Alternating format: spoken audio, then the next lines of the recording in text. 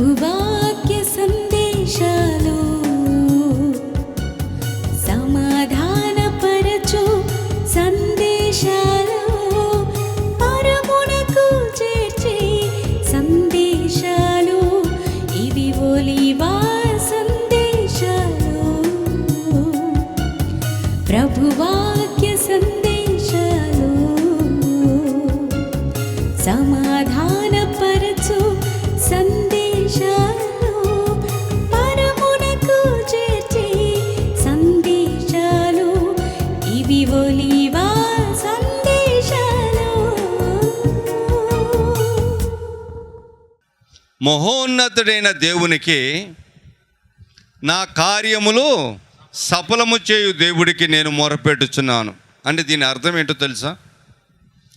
నేను ఎవరికి మొరపెడుతున్నా ఆయన శక్తివంతుడు, ఆయన ప్రభావవంతుడు, ఆయన తప్ప మరి ఎవరు ఈ భూమి మీద నా కార్యములు సఫలము చేయలేడు అన్నటువంటి భావముతో ఆలోచనతో ప్రార్థన చేస్తూ ఉన్నాడు. ప్రార్థన చేసి నా కార్యములు సఫలము చేసినప్పుడు ఆయన తిరిగి ప్రభువైన సర్వశక్తి గల దేవుడికి నేను చేసిన మొర, నేను చేసిన ప్రార్థన, నేను చేసినటువంటి విజ్ఞాపనలు నువ్వు ఆలకించి నాకు కార్యము చేస్తే ఏం చేస్తాడంట ఆయన? జనములలో నీకు కృతజ్ఞతాస్తుతులు చెల్లిస్తాను, ప్రజలలో నిన్ను కీర్తిస్తాను. Praise the lord. ఈరోజు అంశము కూడా కృతజ్ఞత స్తుతులు చెల్లించటము మరియు కృతజ్ఞతగా జీవించటము. ఈ రెండింటి గల వ్యత్యాసాన్ని నేను మీకు తెలియజేయాలని ఆశపడుతూ ఉన్నాను. ఏంటంట? కృతజ్ఞతాస్తుతులు చెల్లించటము, కృతజ్ఞతగా జీవించటము. ఈ రెండింటి మధ్యలో ఉన్నటువంటి వ్యత్యాసము మీకు తెలియజేసి ఆధ్యాత్మికంగా బలపరచాలనేది నా ప్రధాన ఉద్దేశమై ఉన్నది ఈరోజు. అందుకే దేవుని సహాయం అడిగాను, ఆయన కొన్ని వచనాలు నాకు ఇచ్చాడు.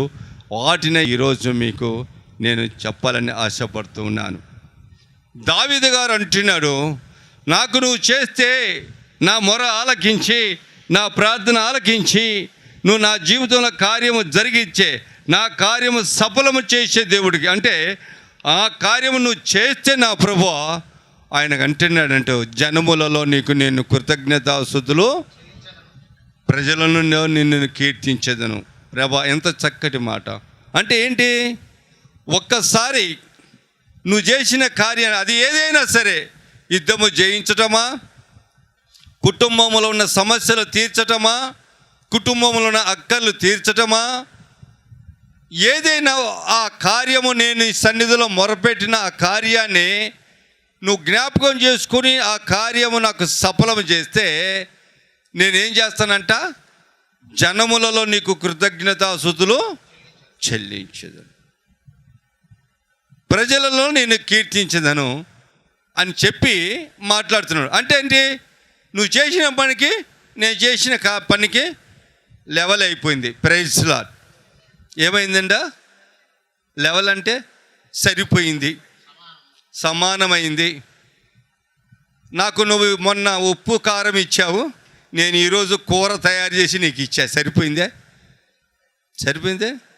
మొన్న రూపాయి నాకు ఇచ్చావు, తిరిగి రూపాయి నీకు నేను ఇచ్చా. సరిపోయిందే? థ్యాంక్స్. ఏంటంటే చెప్పమ్మా, చెప్పండి ఏంటంట? ఒక్క మాట నోటి నుంచి అమ్మా కృతజ్ఞత, చాలా వందనాలమ్మా, నువ్వు మొన్న నేను అడగ్గా నిచ్చావు అయ్యా, నువ్వు అడగ్గా నిచ్చావు అయ్యా, వందనాలయ్యా. అయిపోయింది, అంతటితో అయిపోయింది.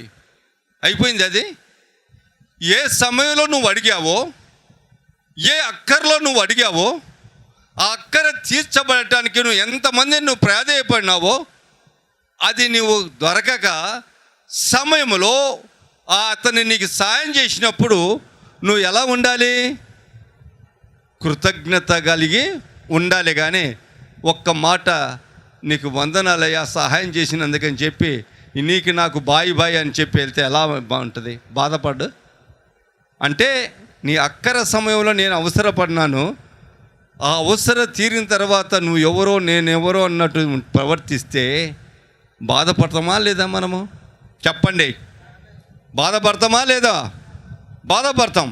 అంటే పరలోకపు తండ్రి కూడా అదే ఆలోచన చేస్తున్నాడు. ప్రార్థన చేశారు, వాళ్ళ కుటుంబంలో ఉన్న సమస్యలు, వాళ్ళ యొక్క కుటుంబంలో ఉన్నటువంటి ఇబ్బందులను, ఉద్యోగ నిమిత్తము, వివాహం నిమిత్తము, రుణము తీర్చుకోవటము నిమిత్తము, వ్యాపారము నిమిత్తము, చదువు విషయములను, ఇంకా ఇతర కార్యక్రమాల ఏ విషయములైనా నా సన్నిధిలో నేను వారు మనవి చేసినప్పుడు నేను ఆలకించి వారికి సహాయం చేస్తే ఏం చేస్తారంట?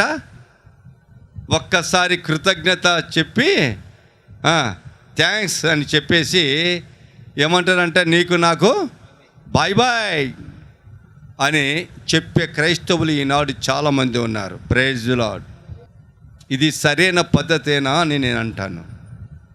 చూడండి, లూకా సువార్త 8వ అధ్యాయం 38-39 వచనాలు చదివితే, శానా దెయ్యము పట్టిన వాడు యేసు ప్రభు వారికి ఎదురుగా వచ్చినప్పుడు ఆ యొక్క శానా దెయ్యాన్ని వెలగొట్టాడు. అంటే 2000 దెయ్యాలు ఒక్క వ్యక్తిలో ఉన్నాడు. వాడికి గొలుసులతో కట్టిన కానీ తుచ్చనీయముగా తీసివేసేవాడు అంట, తెంపేసేవాడు. అంత బలము ఆ దెయ్యాలకు ఉండేది. మనలో నుంచి బట్టలు లేకుండా తిరిగేవాడు దెయ్యం. అక్కడ కేకలేసుకుంటూ తిరిగేవారు. ఆ ప్రాంతానికి ఎవరైనా వెళ్ళాలంటే భయపడేవారు. అటువంటి వాతావరణం, అటువంటి సిచ్యువేషన్లోన ఆ వ్యక్తిని నా ప్రభు దర్శించాడు. నా ప్రభు బాగు చేశాడు, స్వస్థత దయచేశాడు. ఆ తర్వాత జరిగిన సిచ్యువేషన్ ఏంటంటే, అతనిలో ఉన్న ఆ దెయ్యాలన్నీ కూడా వెళ్ళి పందులలో జరబడితే పందులు వెళ్ళిపోయి సముద్రం పడి చనిపోయాయి. ఆ గ్రామస్తులందరూ ఉండి, అయ్యా నువ్వు మా ఊర్లో ఉంటే మా బిజినెస్ దెబ్బతింటుంది, మా వ్యాపారం దెబ్బతింటుంది, దయచేసి మా ఊరు వదిలేసి వెళ్ళిపోమన్నారు. Praise the lord. నన్ను కూడా ఒక ఊర్లో ఇట్టనే అన్నారు. నన్ను కూడా మా ఒక ఊరిలో, నువ్వు వచ్చావు మా ఊరికి, మా యొక్క సంఘాలలో అందరూ నీతో వచ్చి బాప్తిసాలు తీసుకుంటున్నారు, ఈ సంఘము పెరుగుతుంది, మాకు వేరే సంఘాలన్నీ కలతలు వస్తున్నాయి, నువ్వు మా సంఘానికి ఒక్కర్లేదు అని నాతో డైరెక్ట్ చెప్పకుండా వంకరి మార్గంలో వెళ్ళిపోయి నన్ను ఆ సంఘాన్ని, ఆ గ్రామానికి రాకుండా చేశారు. దేవుని నామానికి మహిమ కలుగును గాక. Praise the lord. వారి వంకరి టెంకరి మార్గాలన్నీ దేవుడు ఒక్కొక్కరికి తిన్నంగా చేస్తున్నాడు. Praise the lord. హల్లెలూయా. నా ప్రియ సహోదరి సహోదరుడా, నాకు ఇచ్చిన కృపవరం వాళ్ళకి చెప్పటం మంచిది కాదంట, చెప్పకూడదంట. దేవుడు నీకు బయలుపరిచా చెప్తావా? మరి దేవుడు బయలుపరిచిన చెప్పకుండా ఏం చేయాలి? తెలియక అడుగుతున్నా, తెలియక అడుగుతున్నాను. చెప్పాలనా వద్దా?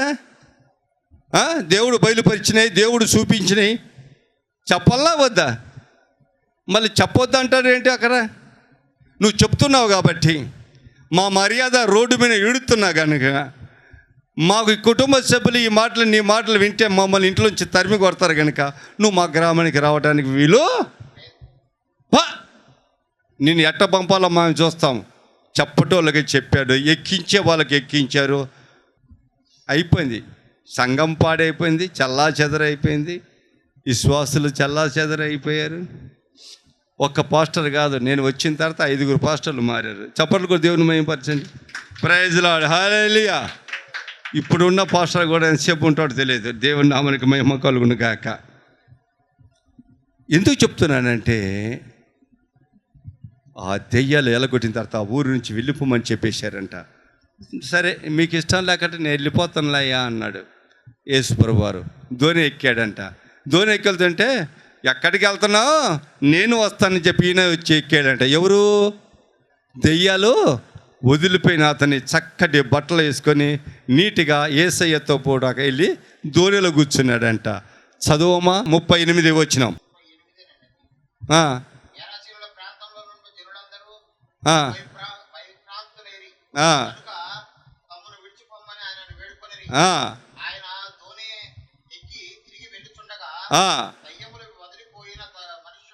దెయ్యములు వదిలిపోయిన మనుషులు ఆయనతో కూడా తనను ఉండనిమ్మని ఆయనను వేడుకొనెను. అయితే నీవు నీ ఇంటికి, చూడండి చక్కగా గ్రహించండి, ఈ మాటలు వినండి. నీవు నీ ఇంటికి తిరిగి వెళ్ళి దేవుడు నీకు ఎట్టి గొప్ప కార్యములు చేశాడో తెలియజేయమని వారికితో చెప్పాను. ఎవరికి తెలియజేయాలంట? ఏ పట్టణవాసుడవో ఏ గ్రామవాసుడవో ఆ గ్రామ ప్రజలకు చేయి. ఏమని చెప్పాలి? దేవుడు నీకు చేసిన కార్యాన్ని చెప్పు, అంటే సువార్త ప్రకటించు అని అర్థం. Praise lord.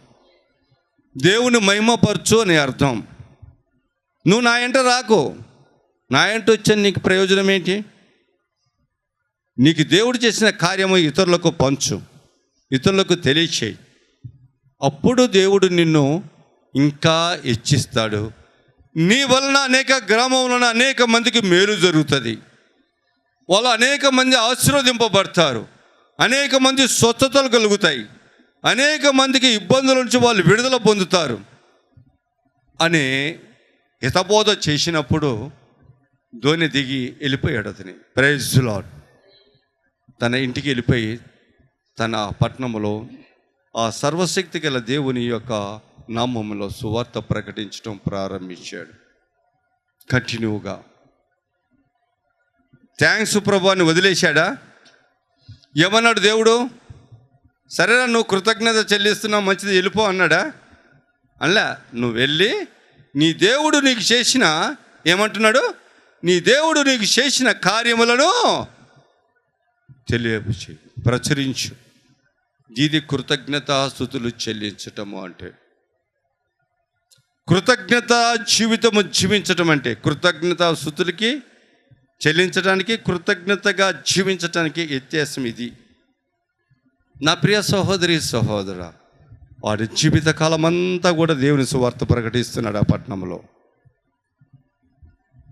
ఈరోజు మీకు ఒక మాట చెప్పాలని ఆశపడుతూ ఉన్నాను. మట్ట కోటేశ్వరు ఇక్కడనే ఉన్నాడు, ఆమె భార్య కూడా ఇక్కడనే ఉంది, ప్రశాంతి. ఒకరోజు మంచి డింకరు, బాగా తాగుపోతూ, అతిగా అన్ని చెడు అలవాట్లు కొద్ది గొప్పలు ఉన్నవాడు, కోపిష్ఠుడు. అయినప్పటికీ పెళ్లి చేసుకున్నంత నేరానికి పిల్లలకు అన్నది బాధ భరిస్తూనే వస్తుంది, కష్టాలు భరిస్తూనే వచ్చింది. ఒకరోజు దేవుని మహాకృపను బట్టి ఆ గ్రామంలో నేను ఉన్నప్పుడు ప్రార్థన చేయించుకున్నాడు.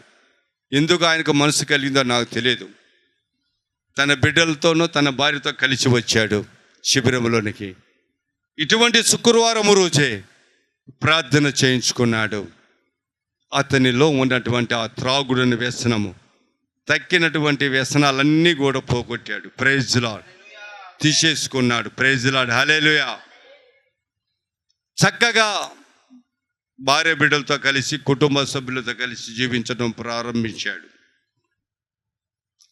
అది గుర్తెరిగినటువంటి ఆ కుమార్తె ప్రశాంతి అదే సమయంలో దేవుడు ఆమె చేయుచున్నటువంటి పని దగ్గర 2,000 రూపాయలు జీతం పెంచాడంట. ఎంత పెంచాడు?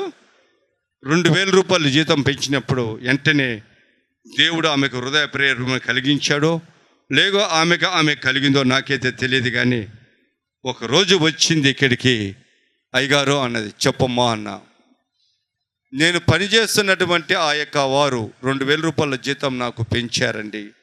మంచిదమ్మా, సంతోషమే కదా, ఇగో ఈ 2,000 మంచిది. నా భర్త ఇప్పుడు నాతోనూ నా బిడ్డలతో కలిసి జీవించడానికి ఆ సర్వశక్తి గల దేవుడు ఆ యొక్క త్రాగుడుని వ్యసనాన్ని విడిపించి, ఆ యొక్క అనేకమైన వ్యసనాలను విడిపించి మాతో కలిసి జీవించడానికి సహాయం చేసిన ఆ సర్వశక్తి గల దేవుడికి కృతజ్ఞతగా ప్రతి నెల మొదటి శుక్రవారం రోజు నేను ఈ శిబిరంలో భోజనం ఏర్పాటు చేస్తాను అని ఆ రోజే చెప్పింది. Praise lord. చెప్పిప్పటికి 2.5 సంవత్సరాలు. చప్పట్లు కూడా దేవుని మహిమపరచండి. ఎంత ఖర్చు అయినా సరే, ఆ రోజు ఎంతమంది వచ్చినా భోజనం ఖర్చు నాదే, నేనే భరిస్తానని చెప్పింది. ఎందుకు తెలుసా? తన భర్త అపవాది బంధకం నుంచి విడిపించబన్నాడని, అపవాది వ్యసనము నుంచి విడిపించబన్నాడని కృతజ్ఞతగా ఈరోజు ప్రతి ఒక్క నెల మొదటి శుక్రవారం భోజనాలు ఏర్పాటు చేస్తుంది. అంటే కంటిన్యూగా నడుస్తుంది. దీన్నే కృతజ్ఞతగా జీవించటం అంటే. Praise the Lord. ఈ కుమార్తె కూడా ఒకరోజు భోజనం పెట్టి ఆ ప్రభువారికి, బాయ్ నీకు నాకు రుణం తిరిగింది, నా భర్తను మార్చావు బాయ్ అని చెప్పలేదే. కానీ కృతజ్ఞతగా జీవించాలనుకున్నది, దేవుని ఎలవేళలా మహిమపరచాలనుకున్నది, దేవుని పరిచారకులతో సహకరించాలనుకున్నది, దేవుని యొక్క సువార్తలో చేయూతగా ఉండాలనుకున్నది. ఆమె హృదయ ఆలోచనలకు, ఆమె యొక్క తలంపులకు నా సర్వశక్తి గల దేవుడు ఆమెనన్నాడు. Praise the lord. దీవించి ఆశీర్వదించాడు. దేవుని నామానికి మహిమ కలుగును గాక. ఆ కుటుంబం వర్ధిల్లును గాక. ఆలోచనలు ఫలించును గాక. ప్రశాంతి దీవించబడును గాక. ఆమె దేవుని పరిచయంలో పాలుభాగస్తురాలు అవుతుండగా ఆమెను దీవించి ఆశీర్వదించును గాక. ఆమె కృతజ్ఞతగా జీవిస్తుండగా ఆ కుటుంబం వర్ధిల్లును గాక. ఆమె వ్యాపారము దీవించి వర్ధిల్లును గాక. ఆ బిడ్డలో మంచి విద్యను అభ్యసించుకోను గాక. వాళ్ళు దినదినాము వర్ధిల్లి దేవుని అనేక మార్లు మహిమపరచబడును గాక. దేవుడు నిత్యము వరకు తోడుగా ఉండును గాక. Praise the lord. కృతజ్ఞతాస్తుతులు చెల్లించటం అంటే ఇది. కృతజ్ఞత జీవించటము, అదే కృతజ్ఞత. చెల్లించి వదిలేయటం కాదు. ఇంకొక వ్యక్తి ఉన్నాడు మిలిటరీలో, జుటికే రవిబాబు. ఈరోజు స్పీడ్ పంపిన ఆయన. జీతం రాగానే 30 రోజులు తను ఎంత తాగుతాడో అంత డబ్బు మినాయించుకొని మిలిటరీలో ఉన్నాడు. 30 రోజులు తాగే ఆ ధనాన్ని తన దగ్గర ఉంచుకొని కావలసిన ధనం మిగిలితే కుటుంబానికి పంపించేవాడు, లేకపోతే పంపించేవాడు కాదు. నా దగ్గర జీతం మిగల ఈసారి అని చెప్పేవాడు. తన భార్య 3 పిల్లలతో చాలా ఏతన పడి కష్టపడి పొలం పనులు చేసుకుంటూ బ్రతికించుకుంటూ వచ్చేది. వాళ్ళ నాన్న నాతో పాటు చదివినాడు. మేమిద్దరం ఒక క్లాస్మేటు. మిలిటరీలో, ఆయన కూడా మిలిటరీలో పనిచేశాడు, నేను కూడా మిలిటరీలో పనిచేశాను. ఇక్కడ వెంకటయ్య అని మాతో పాటు చదివిన అతను ఒకసారి 2 సార్లు మా పిల్లల పెళ్ళిళ్ళకు వచ్చాడు. నా నంబర్ తీసుకున్నాడు. అప్పుడప్పుడు నాకు ఫోన్ చేసేవాడు. వారి దగ్గరికి వెళ్ళి నంబర్ ఫోన్ తీసుకొని దిబ్బాయ నాతో మాట్లాడాడు. మాట్లాడిన తర్వాత ఆయనకు నెమ్మది కలిగిందేమో నాకు తెలియదు, కానీ ఈ పరిచర్య గురించి అన్ని చెప్పారు. అప్పుడు ఆ కుమార్తెకు ఫోన్ ఇచ్చాడంట. ఇచ్చి, అమ్మా నీకు బాబాయ్ అవుతాడు, నా క్లాస్మేట్, మన ఊరోడు, మాట్లాడు, నీ భర్తను గురించి, నీ సమస్యను గురించి మాట్లాడు, ప్రార్థన చేయించుకోమని చెప్పాడంట. ఆ కుమార్తె నాతో ప్రార్థన చేయించుకున్నది. ఏడ్చుకుంటే చెప్పింది సమస్య. ఏంటమ్మా, ఎక్కడున్నాడు? ఫలానా. ఏ డిపార్ట్మెంటు? నేను చేసి అదృష్టం ఏంటంటే నేను చేసి వచ్చిన డిపార్ట్మెంట్లో ఆయన కూడా చేస్తున్నాడు. Praise the lord. హల్లెలూయా. ఇప్పుడు ఎక్కడున్నాడంటే లదాఖ్లో ఉన్నాడండి. లదాఖ్ అంటే జమ్మూ కాశ్మీర్ అవతల. Praise the lord. సరే, నాకు ఫోన్లో కలపమన్నా, ఫోన్లో కలిపాడు. మాట్లాడా. నువ్వు ఒంటరిగా డైరెక్ట్ నాతో మాట్లాడమని చెప్పి ఆయనతో మాట్లాడాడు. మాట్లాడిన తర్వాత సర్వశక్తి గల దేవుడు నాలో నుంచి అతనితో సూటిగా స్పష్టంగా మాట్లాడాడు. భయపడినాడు, దేవుని గర్జింపుకు లోబడినాడు. ఆ రోజు నుంచి త్రాగుడు మానేశాడు. రోజు తాగేవాడు, భార్య బిడ్డలను పట్టించుకునేవాడు కాదు. ఆ రోజు తీర్మానం చేసుకున్నాడు, నాకొచ్చే జీతంలో మొట్టమొదటిగా చిన్న కానుక శిబిరానికి పంపాలని. ఆ రోజు నుంచి నేటి వరకు ఒక చిన్న కానుక పంపిస్తాడు. జీతం రాగానే, జీతం వచ్చిన తర్వాత అందరూ ఇళ్ళకు అక్కలు అన్ని తీర్చుకుంటారు. ఎవ్వడికి రూపాయి పంపడు. జీతం రాగానే మొట్టమొదటిగా ఈ శిబిరానికి కానుక పంపించిన తర్వాతనే ఇతరులకు, తన భార్యకు కానీ తన బిడ్డలకు కానీ ఎవరికైనా అప్పు ఇవ్వాల్సిన వారికి కానీ తర్వాత పంపిస్తాడు. ఇప్పటికీ 2 సంవత్సరాల పైన అయిందనుకుంటా అతని ఏ విధంగా చేయటం. నా ప్రియ, ఇది కృతజ్ఞత. విజయవాడలో ఒక అమ్మాయి ఉంది. యువమ కాకమునుపు ఈ శిబిరానికి వచ్చింది. ఈ శిబిరంలో తల్లిదండ్రులను తీసుకొని వచ్చారు, ప్రార్థన చేశాం, పెళ్ళి అయిపోయింది. ఆ తర్వాత మంచి భర్త దొరికాడు. ఆ తర్వాత మళ్ళీ కుమారుడు గడిగాడు. ఇప్పుడు కుమారుని కూడా పోయిన యొక్క 2 నెలల క్రితం వాడు సంవత్సరం పూర్తి చేసుకున్నాడు. అప్పటి నుంచి ఇప్పటి వరకు కూడా కానుక పంపిస్తూనే ఉంటుంది శిబిరానికి. దేవుని ఇది కృతజ్ఞతా స్తుతులు, అంటే కృతజ్ఞతగా జీవించటం. స్తుతులు చెల్లించి వదిలేయటం కాదు, దులిపేసుకొని ప్రభువా బాయ్ బాయ్ అంటాం కాదు, దేవుని పరిచయలో కొనసాగటం. యెషయా గ్రంథం 6వ అధ్యాయం 8-9 వచనాలు ఏమంటాడు? అయా, నేను అపవిత్రమైన పెదవులు కలిగిన వాడిని, నిన్ను నేను కనులారా చూస్తున్నాను, కానీ నేను స్తుతించలేకపోతున్నాను ప్రభు అని ఆ దేవదూత గణముల కెరూబులు చెప్పులు స్తుతిస్తుండగా నేను స్తుతించలేకపోతున్నాను ప్రభు, దౌర్భాగ్యుని ప్రభు అని ప్రార్థన చేసినప్పుడు శరాబులను ఆ యొక్క బలిపీఠం నుంచి అగ్ని కణం ఒకటి తీసుకుని వచ్చి అతని పెదవులను తాకించి, యెషయా పెదవులకు నువ్వు పవిత్రపరచబడినావు, నీ పాప దోషములు కొట్టివేయబడినవి అని చెప్పినప్పుడు ఆయన స్తుతించటము ప్రారంభించాడు. తర్వాత దేవుడు ఈ మాట అంటున్నాడంట. యెషయా గ్రంథం 6వ అధ్యాయం 8వ వచనం, అప్పుడు నేను ఎవరిని పంపెదను, నా నిమిత్తము ఎవడు పోవునని ప్రభువు సెలవిచ్చుచుండగా వింటిని, అంతటా నేను చిత్తగించుము,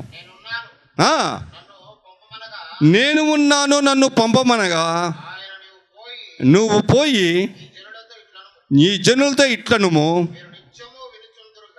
నిత్యము వినుచుందురు కానీ గ్రహింపక ముందురు, నిత్యము చూచుచుందురు కానీ తెలుసుకొనక ముందురు. దేవుని నామానికి మహిమ కలుగును గాక. నా ప్రియ సహోదరి సహోదరుడా, దేవుడు ఈ మాటను ప్రకటించమని చెప్పాడు. ఆ రోజు నుంచి నేటి వరకు కూడా యెషయా ప్రవక్తగా మారి దేవునికి ప్రజలకు మధ్యవర్తిగా ఉంటూ ఆయన కర్తవ్యాన్ని నెరవేర్చాడు. దీన్ని కృతజ్ఞతగా జీవించటం అంటాం. Praise the lord.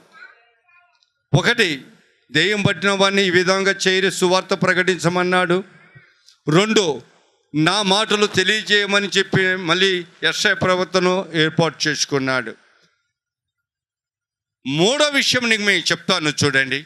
కొరింథీయులకు రాసిన 2వ పత్రిక 8వ అధ్యాయం 3-4 వచనాలు చదవండి. మీ కృప విషయములోను పరిశుద్ధుల కొరకైనా, ఇది అండర్లైన్ చేసుకోండి, పరిశుద్ధుల పరిచర్యలో పాలిభోగస్తులవుటకును మనస్పూర్వకముగా మిమ్మల్ని వేడుకొనుచు, వారు వారి సామర్థ్యము కొలది కాక సామర్థ్యము కంటే ఎక్కువగా తామంత తామే ఇచ్చిరని పౌలు గారు సాక్ష్యం చెప్తున్నాడంట. Praise the lord. సాక్ష్యం ఎవరికి చెప్తున్నారు? కొరింథీ సంఘానికి. ఎవరి గురించి? తెస్సలోని సంఘాన్ని గురించి. నా ప్రియ సహోదరి సహోదరుడా, కృతజ్ఞతగా పరిశుద్ధుల పరిచయలో పారిభోగస్తులు కావటం అంటే ధన రూపములో, శరీరాన్ని కష్టపెట్టములో. మందిరములో ఉన్నారు, మరియమ్మ ఉంది, ఆమె కూడా కృతజ్ఞతగా తన భర్త యొక్క పింఛన్లోంచి కంటిన్యూగా తీసుకొచ్చి ఇస్తుంది 10వ భాగం. అంతేకాదు శిబిరంలో కూడా అనేక కార్యక్రమాలు చేస్తూ ఉంటుంది, కృతజ్ఞతగా ఆమె జీవిస్తూ ఉంటుంది. మరియమ్మను చూసి మనం తెలుసుకోవచ్చు కృతజ్ఞత జీవించటం ఏంటో. పరిశుద్ధుల పరిచయలో పాలిభాగస్తులు కావాలంటే మరియమ్మను చూసి మనం నేర్చుకోవచ్చు. బీద మరియమ్మను. లోకేష్ గారు ఉన్నారు, మన మధ్య ఉన్నటువంటి మరి కృపానంద బాబు గారు ఉన్నారు. వారు కూడా నాకు చేదోడు బోధోడుగా ఉంటారు. ప్రతి శుక్రవారం వారు భోజనాలు తీసుకొస్తారు, మనందరికీ భోజనాలు ఏర్పాటు చేస్తుంటారు. వాళ్ళ కష్టాన్ని, వాళ్ళ శ్రమను దేవునితో పంచుకుంటారు. అంతేకాదు వాళ్ళు ధనాన్ని కూడా మనకు ఈ శిబిరానికి వాళ్ళ సామర్థ్యం కన్నా ఎక్కువగానే ఇస్తున్నారు. పరిచర్య, పరిశుద్ధుల పరిచర్య. పరిశుద్ధుడు ప్రభువైన యేసుక్రీస్తు వారు, తండ్రి అయిన దేవుడు, యేసుక్రీస్తు వారు, పరిశుద్ధాత్మ.